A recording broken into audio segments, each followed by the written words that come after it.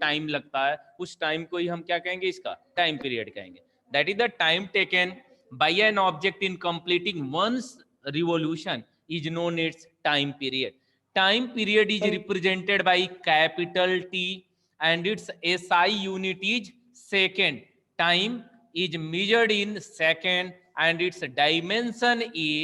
dimension of time period is m power 0 l power 0 t power 1, या आप जो है केवल t आप लिख सकते हो। तो ये रहा टाइम पीरियड के बारे में।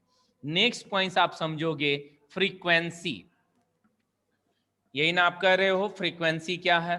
अब मान लो कि कोई ऐसा ऑब्जेक्ट है जो कि 1 सेकंड में कई रिवॉल्यूशन कंप्लीट कर रहा है, that is the number of revolution in 1 second is known it's frequency. That is frequency को आप डिफाइन करोगे कि the number of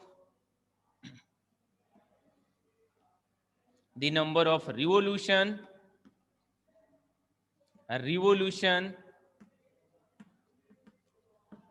in 1 second is known its frequency। ध्यान देना है, इसे जो है कि आप समझोगे, याद रखना है कि 1 सेकंड में कितना ऑसिलेशन कंप्लीट कर लिया, इसी को हम क्या कहते हैं, फ्रीक्वेंसी कहते हैं। और एक साइकिल कंप्लीट करने में जो टाइम लगता है उसे हम टाइम पीरियड कहते हैं। फ्रीक्वेंसी टाइम पीरियड के रेसिप्रोकल होती है। फ्रीक्वेंसी टाइम पीरियड के रेसिप्रोकल होगी। अगर हम फ्रीक्वेंसी को न्यू से अगर हम रिप्रेजेंट करते हैं तो new is equal to 1/t होगा। फ्रीक्वेंसी का यूनिट क्या हो जाए, फ्रीक्वेंसी इज इक्वल टू क्या हो जाएगा, 1 टाइम पीरियड। इसका जो यूनिट होता है, इसका यूनिट सेकेंड इनवर्स, या हम इसका यूनिट हर्ट्ज लिखते हैं। हर्ट्ज का जो सिंबल होता है कैपिटल HZ होता है। बात क्लियर हो गया ना? फ्रीक्वेंसी समझ में आया यह? Yes sir. अब आप ध्यान दोगे नेक्स्ट पॉइंट कि दोनों में रिलेशन क्या है, टाइम पीरियड और इसमें फ्रीक्वेंसी में रिलेशन। तो दोनों एक दूसरे के रेसिप्रोकल होते हैं, दोनों एक दूसरे के उल्टा होते हैं। Nu is equal to 1/t। अब हम एंगुलर फ्रीक्वेंसी की बात करेंगे। ओमेगा न्यू और टी के बीच हम रिलेशन फाइंड करेंगे, तो उसको भी हम बतला दें। एक रिलेशन और आप याद रखोगे तब हम चलते हैं अगली टॉपिक पे। अगर हम ओमेगा न्यू और टी के बीच अगर रिलेशन निकालें तो आप लिखोगे relation between omega new and T. Omega और न्यू के बीच हम रिलेशन निकालेंगे, ओमेगा और टी के बीच हम रिलेशन निकालेंगे। टी और न्यू के बीच हमने रिलेशन देख लिया है कि टी इज इक्वल टू 1/न्यू या न्यू इज इक्वल टू 1/टी होता है। नेक्स्ट पॉइंट आप इसमें समझोगे, since we know that omega is equal to theta by delta T होता है कि नहीं। ओमेगा जहां एंगुलर वेलोसिटी है, omega is equal to the rate of change of angular displacement, that is omega is equal to delta theta upon delta T. सही लिखा है हमने? अब आप ध्यान दोगे। हाँ, अब आप बोलोगे for one complete oscillation, for one complete revolution, अगर एक कंप्लीट रिवॉल्यूशन की हम अगर बात करते हैं तो एक कंप्लीट रिवॉल्यूशन के लिए अब आप देखो डेल्टा थीटा कितना हो जाएगा। अगर कोई बॉडी सर्कुलर पाथ पे घूम रही हो और जहां से चल रही है वहीं पर जो है कि फिर लौट करके आ गई, कितने एंगल से घूम जाएगी?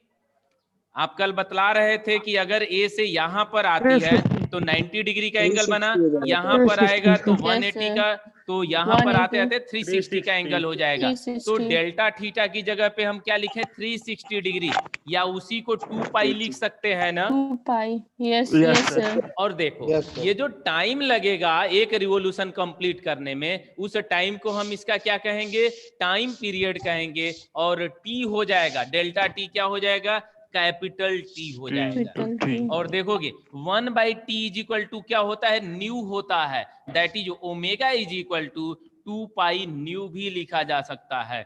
तो ये रिलेशन है ओमेगा और टी के बीच, और ये रिलेशन है ओमेगा और न्यू के बीच। Omega is equal to 2 pi nu या omega is equal to 2 pi by T.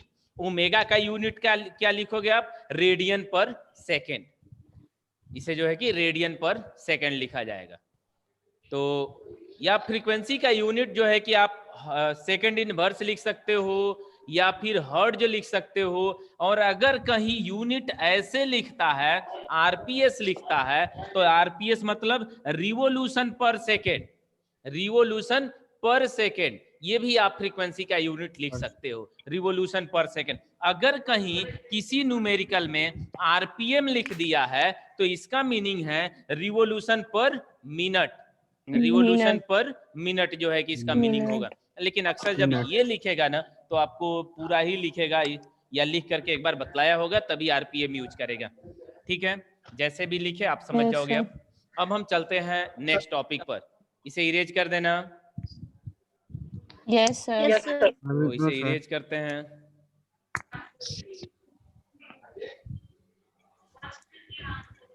अब हम बात करेंगे सेंट्रीपिटल एक्सेलरेशन की।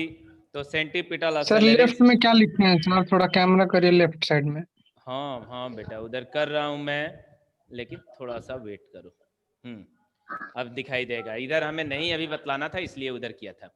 चले ना इस पे। Yes, sir. तो uniform circular motion, uniform circular motion को आप समझोगे। इसे हमने कल समझा दिया था, इसको हमने कल बतलाया था, फिर से इसे बतला रहे हैं। आप बतलाओगे कि when an object moves on a circular path with constant speed is known uniform circular motion. यही यहां से क्लियर है। दूसरी चीज आपने क्या देखा है कि इन uniform circular motion speed of object is constant. अगर कोई ऑब्जेक्ट सर्कुलर पाथ पे घूमता है तो उसका स्पीड कांस्टेंट होता है, लेकिन उसकी वेलोसिटी कांस्टेंट नहीं होती है। अगर कोई ऑब्जेक्ट इस सर्कुलर पाथ पे चल रहा है, यहां पर है, तो इसका चलने का डायरेक्शन ये है, तो ये हो गया वेलोसिटी, इधर डायरेक्शन है v1, यहां पर गया तो ये वेलोसिटी इधर हो गया, ये v2 है, यहां पर है तो ये जो है, ध्यान दोगे। एक चीज और हम बतला दें, आपने पढ़ा है, हमने पीछे पढ़ाया है कि कर्व्ड पाथ पर ड्रॉ किया गया जो टेंजेंट होता है उस पॉइंट पर ऑब्जेक्ट की वेलोसिटी का डायरेक्शन होता है। ये बात हमने बताया है ना। अगर कोई ऑब्जेक्ट ऐसे कर्व्ड पाथ पर चल रहा है और पूछा जाए कि यहाँ पर उसकी चलने की क्या डायरेक्शन है, तो आप टेंजेंट ड्रा करोगे। जो टेंजेंट है वही टेंजेंट उस पॉइंट पर पार्टिकल के चलने के डायरेक्शन को बतलाएगा।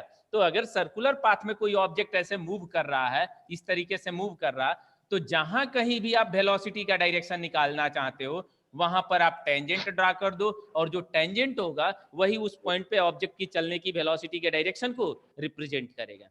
तो ये वेलोसिटी का डायरेक्शन है। समझ में आ रहा है ना, मेरी बात आप समझ पा रहे हो? Yes sir. Yes, sir. अगर यहां पर आप वेलोसिटी का डायरेक्शन निकालना चाहो तो टेंजेंट ड्रा कर दो, यहां पर निकालना चाहो तो टेंजेंट ड्रा करो। अब जो है कि ये अलग अलग वेलोसिटी आपने ले लिया, हर पॉइंट पर आप देख रहे हो क्या कि v1, v2, v3, v4, v5, v6 जो भी हो, ये सभी जो है कि वेलोसिटी का डायरेक्शन अलग अलग है। तो अगर कोई ऑब्जेक्ट, हमारे कहने का मकसद, इस टॉपिक को, ये फिगर बनाने का हमारा मकसद ये है कि यूनिफॉर्म सर्कुलर मोशन में अगर कोई ऑब्जेक्ट चलता है तो उसकी स्पीड कांस्टेंट रहती है। अगर 5 मीटर पर सेकंड की स्पीड से चल रही है ऑब्जेक्ट इस सर्कुलर पाथ पे, तो हर जगह इसका स्पीड जो है, मतलब वेलोसिटी का मैग्नीट्यूड 5 मीटर पर सेकंड रहेगा।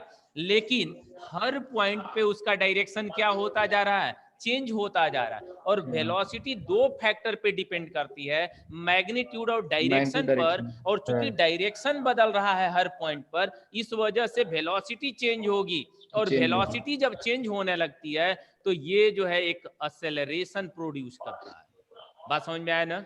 और ये जो एक्सेलरेशन यहाँ पर, इसका मतलब यह है कि यहाँ तब एक्सेलरेटेड मोशन होगा। और इस एक्सेलरेशन का नाम हम क्या देंगे उसका जिक्र हम अभी करने वाले हैं। ये बात समझ में आया ना? 3 बात हम आपको Yes. Yes, समझाएं, sir. फिर से Yes, ये sir. तीनों बात समझाएं। पहली बात, हम लिख नहीं रहे हैं, केवल समझा रहे हैं। यूनिफॉर्म सर्कुलर मोशन को हमने समझाया कि when an object moves with constant speed on a circular path then known uniform circular motion.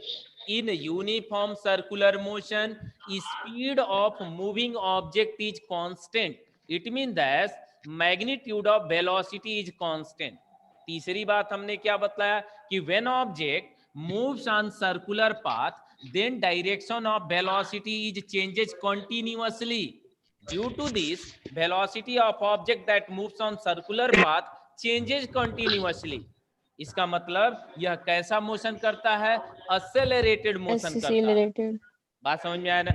अब आप सोचोगे Yes, sir. स्पीड कांस्टेंट है फिर भी एक्सेलरेशन हो रहा है। यहाँ पर आपने यही पढ़ा है कि अगर स्पीड में चेंजिंग न हो तो एक्सेलरेशन इज इक्वल टू 0, लेकिन Yes, sir. Acceleration vector quantity है, वेलोसिटी वेक्टर क्वांटिटी है।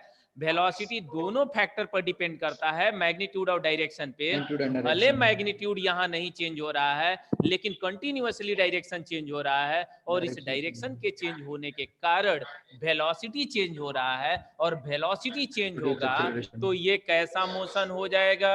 एक्सेलरेटेड मोशन होगा। Accelerated तो motion. ये एक्सेलरेटेड मोशन करता है। ये क्लियर हो गया। अब हम आपको बस समझाने वाले हैं सेंट्रीपिटल एक्सेलरेशन की बात।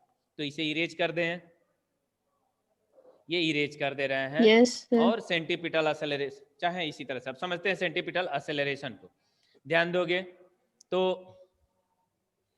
सेंट्रीपिटल एक्सेलरेशन में अब थोड़ा सा एक बात आप बतलाओगे।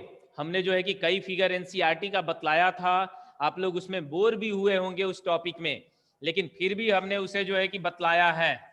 जैसे कि आप कह रहे थे कि कोई ऑब्जेक्ट है ऐसे चल रहा है, मिलाया गया था पर्टिकुलर, ये फिगर हम बनाते गए थे और हमने 2 रिजल्ट बतलाया था कि इंस्टेंटेनियस वेलोसिटी का डायरेक्शन किसी भी पॉइंट पे ड्रॉ किए गए टेंजेंट के एलोंग होता है। ये बात समझाया था ना मैंने। दूसरी बात समझाया Yes, sir. था कि अगर कोई ऑब्जेक्ट वेलोसिटी चेंज कर रही हो, जैसे कि यहाँ पर वेलोसिटी इधर है, यहाँ वेलोसिटी इधर है, तो जो वेलोसिटी चेंज हो रही थी, अगर हम वेलोसिटी चेंज होने का रेट निकालते हैं तो एक्सेलरेशन होता है। इसके बाद से अगर हम एवरेज एक्सेलरेशन की बात कर रहे थे तो एवरेज एक्सेलरेशन का डायरेक्शन हमने बताया कि the direction of average acceleration is in the same direction of change in velocity while the direction of instantaneous acceleration। आप अगर नहीं समझ पाओ मेरी बात को तो मेरे पिछला जो क्लास है जो मैंने पढ़ाया था उसे आप कॉपी खोल करके देखोगे बाद में। इंस्टेंटेनियस एक्सेलरेशन का जो डायरेक्शन होता है, इंस्टेंटेनियस एक्सेलरेशन का डायरेक्शन उस पर्टिकुलर पॉइंट पर ड्रॉ किए गए टेंजेंट के क्या होता है? नॉर्मल होता है, परपेंडिकुलर होता है। याद आ रहा है ये? Yes, sir. अगर ये आपको याद आ रहा है, इतना आप समझ रहे हो, तो आपको आगे की अब किसी भी बात में परेशानी नहीं होगी। तो ये आपको क्या याद रखना है कि अगर कोई ऑब्जेक्ट प्लेन में मोशन करता है तो इंस्टेंटेनियस एक्सेलरेशन का डायरेक्शन आप कह सकते हो कि वेलोसिटी के नॉर्मल होता है। अभी हमने ये पढ़ा, यहाँ पर हमने ये पढ़ा कि अगर कोई ऑब्जेक्ट सर्कुलर पाथ पे मोशन करता है, तो सर्कुलर पाथ पे अगर मोशन कर रहा हो तो सर्कुलर पाथ पे मोशन करते समय कंटिन्यूअसली इसके चलने का डायरेक्शन चेंज होता है। अगर यह ए पर है तो इसका चलने का डायरेक्शन इधर है, अगर यह बी पर है तो चलने का डायरेक्शन इधर है, अगर यह सी पर है तो चलने का डायरेक्शन इधर है, यहां पर है तो चलने का डायरेक्शन इधर है। हर पॉइंट पे चलने का डायरेक्शन चेंज हो रहा है, मींस वेलोसिटी चेंज हो रहा है। वेलोसिटी चेंज होने के कारण एक्सेलरेशन, और इस पर्टिकुलर इंस्टेंट पर यहां पर अगर हम एक्सेलरेशन की डायरेक्शन निकालना चाहें तो ये एक्सेलरेशन इस इंस्टेंट पर वेलोसिटी के नॉर्मल होगा कि नहीं? Yes, sir. तो ये Yes, इस sir. डायरेक्शन में एक एक्सेलरेशन सेटअप हो जाएगा जो कि इस वेलोसिटी के नॉर्मल है। यहां वाली वेलोसिटी के नॉर्मल एक एक्सेलरेशन होगा, होगा ना। Yes, ये जो है sir. कि एक Yes, sir. एक्सेलरेशन हुआ जो कि इधर है नॉर्मल, इसके नॉर्मल एक एक्सेलरेशन होगा, यहाँ पर Yes, इंस्टेंटेनियस sir. एक्सेलरेशन, यहाँ का जो इंस्टेंटेनियस एक्सेलरेशन होगा यह इस डायरेक्शन में होगा जो कि इस वेलोसिटी के नॉर्मल है, इस v4 के जो है नॉर्मल है। अब आप देखो, अगर ऑब्जेक्ट इस यूनिफॉर्म मोशन से जो है कि सर्कुलर पाथ पे मूव कर रहा है तो डायरेक्शन चेंज होने के कारण वेलोसिटी चेंज हो रही है, वेलोसिटी चेंज होने के कारण एक एक्सेलरेशन सेटअप हो रहा है, और यह एक्सेलरेशन हमेशा इस सर्कुलर पाथ के सेंटर की ओर है। हमेशा जो है कि यह किधर एक्ट होता है, सर्कुलर पाथ के सेंटर की ओर। दैट इज, इस एक्सेलरेशन को हम सेंट्रीपिटल एक्सेलरेशन कहते हैं। क्योंकि यह रेडियस के एलोंग एक्ट होता है, यह रेडियस के एलोंग एक्ट है, इसलिए इस एक्सेलरेशन को हम रेडियल एक्सेलरेशन भी कहते हैं।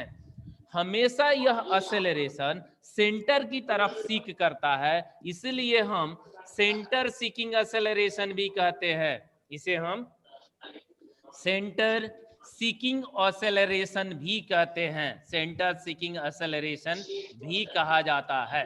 तो इसी को हम तीनों में से किसी भी नाम से कहें, इस एक्सेलरेशन को हम अलग अलग नाम से जानते हैं। अब एक बार अब फाइनल जो है कि डिफाइन करेंगे, तो आप सबको जो है एक दो लाइन में बात को अब एडजस्ट करेंगे, लेकिन एक बार और इसे समझाएं, ध्यान दोगे।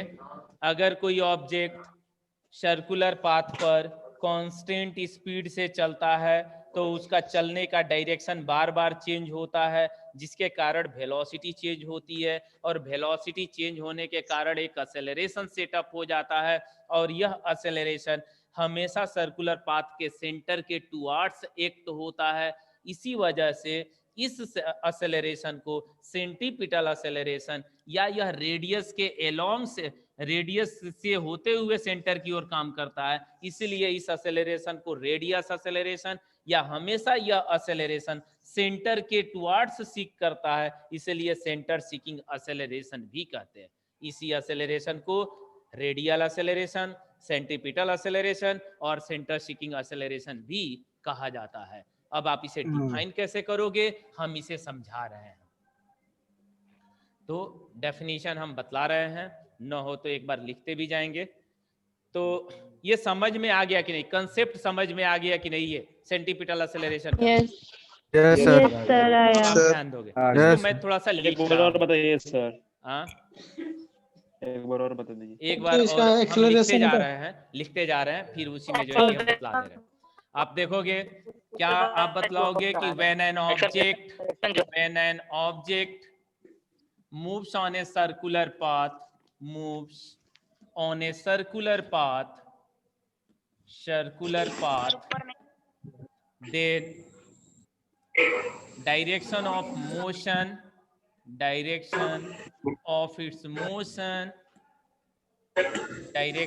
its motion changes continuously, नहीं दिख रहा है क्या? अच्छा ठीक है, कोई बात नहीं, नहीं दिख रहा तो। When an object moves on a circular path, then direction of its motion changes continuously.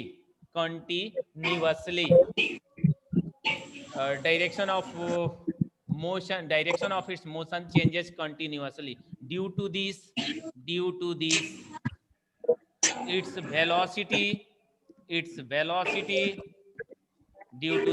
its velocity, ये जो है सत्यम ऑडियो को म्यूट करो।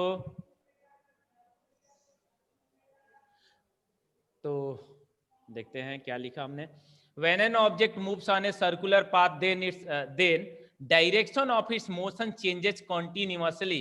Due to this, its velocity changes. ये बात क्यों लिखा गया समझ में आ गया ना। सर्कुलर पाथ में चलेगा, चलने का बार बार डायरेक्शन चेंज होगा, डायरेक्शन चेंज होने के कारण वेलोसिटी चेंज होगी। Hence, due to this, its velocity changes, and an acceleration developed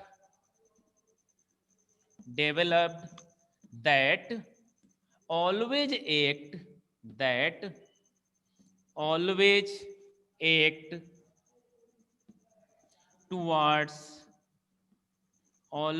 act towards the center of circular path, towards the center of circular path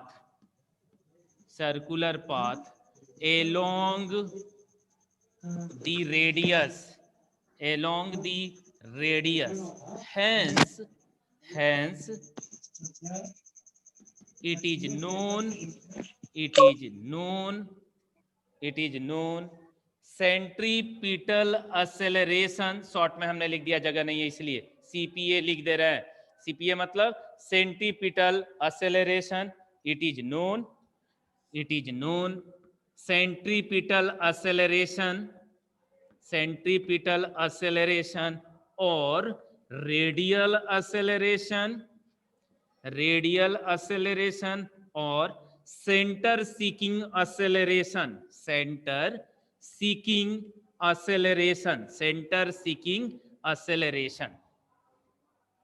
बात तो समझ में आ गया ना?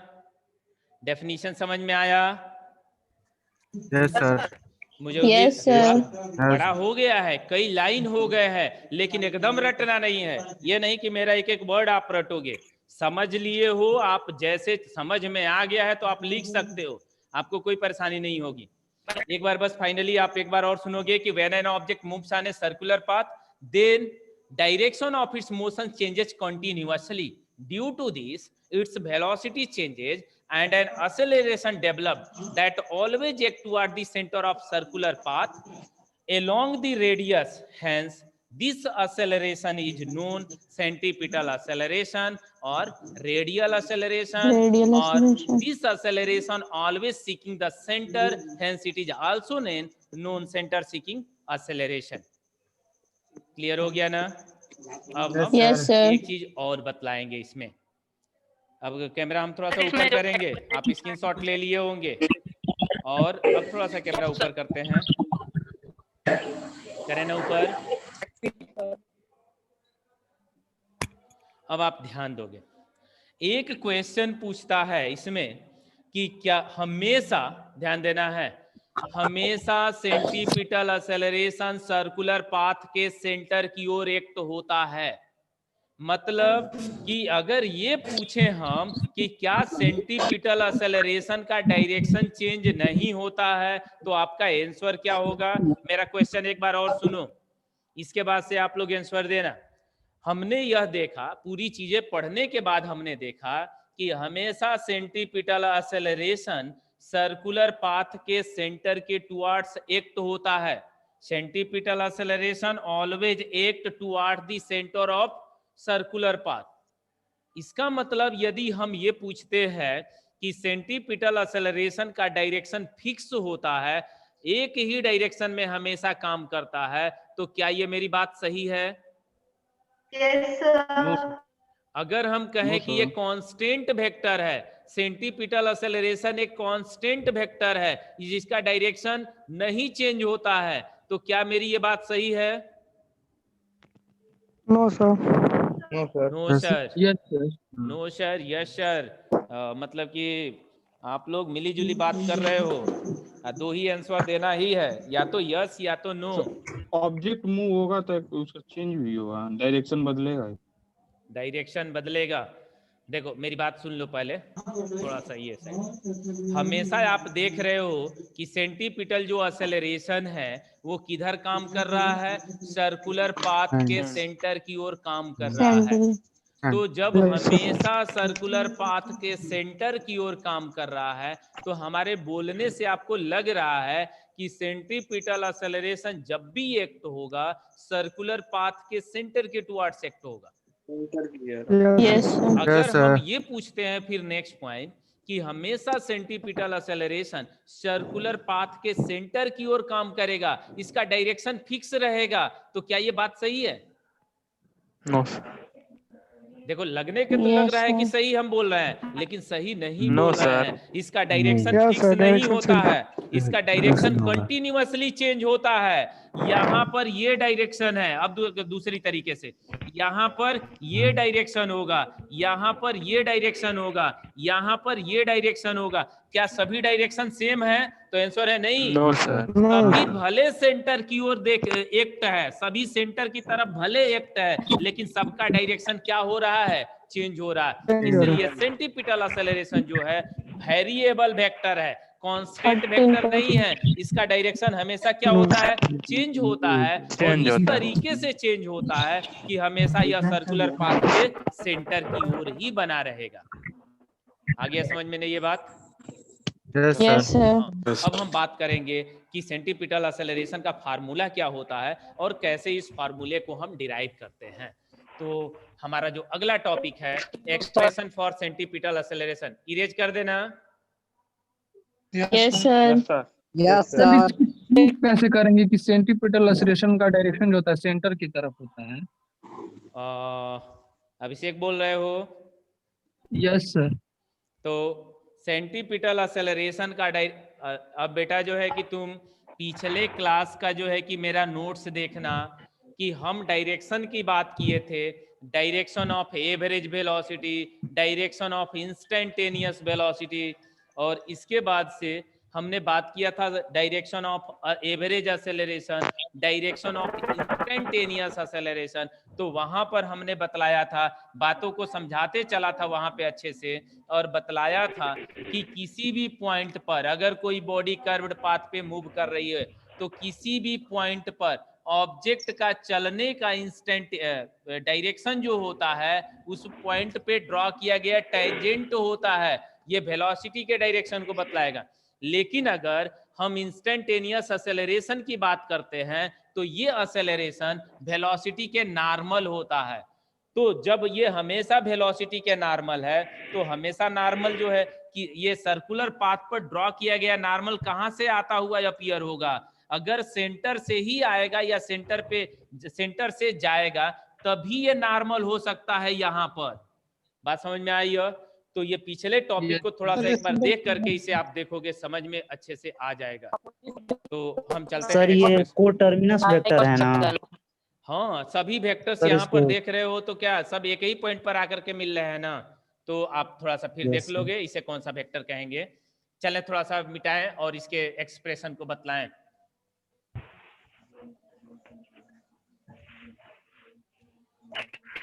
नेक्स्ट पॉइंट हम लेकर के चलेंगे एक्सप्रेशन फॉर सेंटीपिटल एक्सेलरेशन। तो एक मिनट,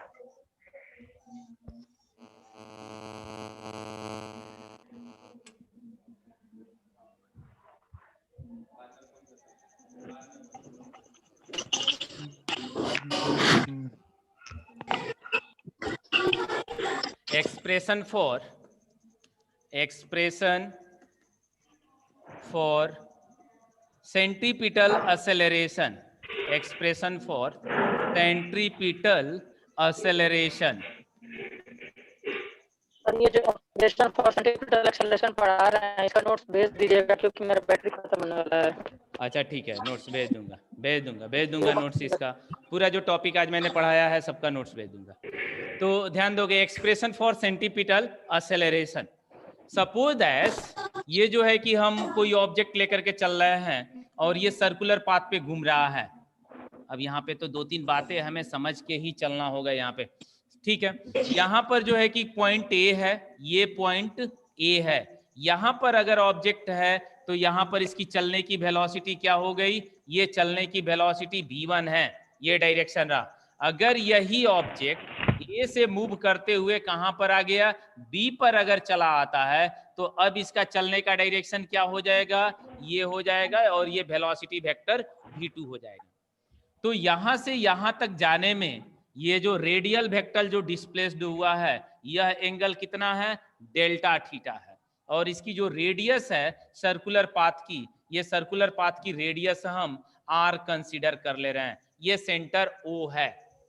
तो A से B तक का जो डिस्टेंस होगा उसे हम आर्क कह रहे हैं, और कैसे रिप्रेजेंट कर रहे हैं? ds से रिप्रेजेंट कर रहे हैं। फिगर की सभी बातें क्लियर है ना? साफ साफ दिख रहा है ना? Yes, sir. सर ठीक है, विजिबल नहीं रहता है कुछ। हाँ सर सर नेटवर्क भी सही है फिर भी विजुअल नहीं रहता है सर। व्हाइट बोर्ड सही रहता है। व्हाइट बोर्ड No, नहीं sir. सही रहता, व्हाइट बोर्ड पे और विजुअल नहीं होता है। तो Yes, sir. ठीक ये तो जो है है। कि थोड़ा सा YouTube जो पे है कैसे कि पढ़ाते स्मूथ है हैं? बोर्ड, थोड़ा सा स्मूथ हो गया है ठीक जिसकी वजह से ये, सर। फिर भी आप ध्यान ठीक है दोगे। सर। मेरा मकसद ये था पूछना कि ये जो छोटे छोटे हमने लिखे हैं सारी बातें समझ में आ रहा है ना, क्योंकि हमें इसकी जरूरत Yes, sir. पड़ेगा आगे। तो ये ध्यान दोगे, ये पॉइंट ए है या बी है, ये जो आर्क है इस ए, हाँ बड़ा लिखेंगे, ए से बी तक का जो डिस्टेंस है जिसे हम आर्क कह रहे हैं यह डीएस है, और ये पॉइंट ए पर पार्टिकल की चलने की वेलोसिटी v1 है, पॉइंट बी पर चलने की वेलोसिटी क्या है, v2 है। और ए से बी तक जाने में कितने एंगल से यह डिस्प्लेस्ड हो गया है, तो डेल्टा थीटा एंगल से डेल्टा डिस्प्लेस्ड थीटा। हो गया है, और इस सर्कुलर पाथ की जो रेडियस है वह आर है। अब हम एक चीज और अलग से समझा दे, तब आगे आपको 2 लाइन में इसका डेरिवेशन आप कर लोगे। थोड़ा टाइम देख लें डेरिवेशन कितना है। कराए थे सर। मैंने नहीं कराया इसका डेरिवेशन। अब आप ध्यान सर दोगे वो सर आगे, कराए थे। ये अगली बात आप समझोगे कि यहां पर जो है कि पॉइंट ए मान ले रहे हैं, पॉइंट ए पर चलने की वेलोसिटी ये है v1, ये है v1 ये है। अगर यही ऑब्जेक्ट मूव करके बी पर आ गया तो बी पर चलने का डायरेक्शन v2 ये होगा ना। अब आप समझोगे, अगर एंगुलर डिस्प्लेसमेंट की बात करते हो तो एंगुलर डिस्प्लेसमेंट यहां पर कितना रहा, 90 डिग्री का रहा कि नहीं। 90 डिग्री। अगर 90 हम सर। v1 और v2 के बीच का एंगल लेकर के चलें तो v1 और v2 के बीच एंगल कितना बन रहा है, क्या यहां पर भी ये 90 डिग्री का एंगल नहीं बन रहा है, बन रहा है ना ये। बन रहा है सर। अब देखो दूसरी बन बात, रहा है सर। अब अगली बात आपको ध्यान देना है, अगर यही ऑब्जेक्ट चलते हुए ए से चलना स्टार्ट किया और यहाँ सी पर आ गया है तो सी पर चलने का डायरेक्शन किधर हो गया, नीचे की ओर, ये डायरेक्शन हो गया सी पर, तो ये v3 रहा। अब देखो आप, अगर यह ए से सी पर आया है तो कितने एंगल से डिस्प्लेस्ड हुआ है, सोच के बतलाओ। 180 से 180 डिग्री से जो है कि डिस्प्लेस्ड हुआ। अब देखो, हाँ 180 डिग्री से। अब v1 जो है ऊपर की ओर है और v2 जो है कि यहाँ इस पॉइंट पर नीचे की ओर काम कर रहा है, तो v1 और v2 के बीच कितना एंगल बना, 180 के बीच 180। अगर यही ऑब्जेक्ट चलते चलते यहाँ D पर आ गया, ध्यान दोगे हम क्या समझाना चाह रहे हैं, हमें इसकी जरूरत है यहाँ पे, फिर फाइनल रिजल्ट देंगे। अगर यह v4 हो गया वेलोसिटी, तो अब देखोगे अगर यह v4 वेलोसिटी हो गया तो इसका ये जो रेडियल डिस्प्लेसमेंट है, एंगुलर डिस्प्लेसमेंट है, कितना हो जाएगा, 270। अब देखो v1 जो है ऊपर की ओर है, इधर है, और v5 जो है, v1 इधर है और जो v4 है ये इस डायरेक्शन में है, तो v1 और v4 के बीच कितना एंगल बन गया, ये बन गया जो है कि 270 का। कहने का मतलब यह है कि अगर कोई ऑब्जेक्ट सर्कुलर पाथ पे मूव कर रहा है तो जितने एंगल से इसका एंगुलर डिस्प्लेसमेंट होता है उतने ही एंगल से ये वेलोसिटी का डायरेक्शन भी चेंज हो जाता है। एक बार और हम इस बात को बोलें फिर आप समझोगे।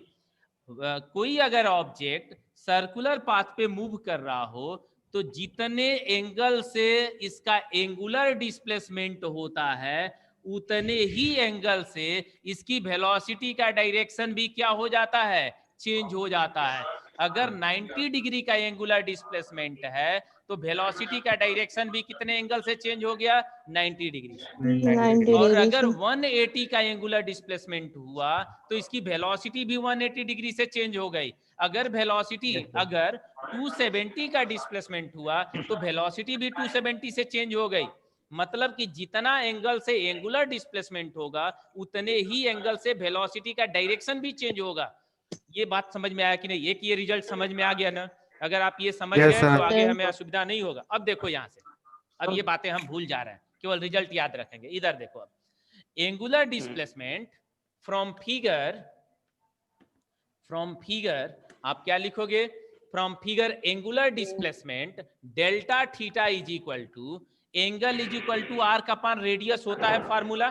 तो delta theta is equal to arc, arc की जगह पे हमने जो है कि डेल्टा एस लिया है, तो इसे हम डेल्टा Yes, एस sir. लिख दे रहे हैं, डेल्टा एस लिख दे रहे हैं। तो delta S divided by R हो जाएगा कि नहीं, बोलोगे आप?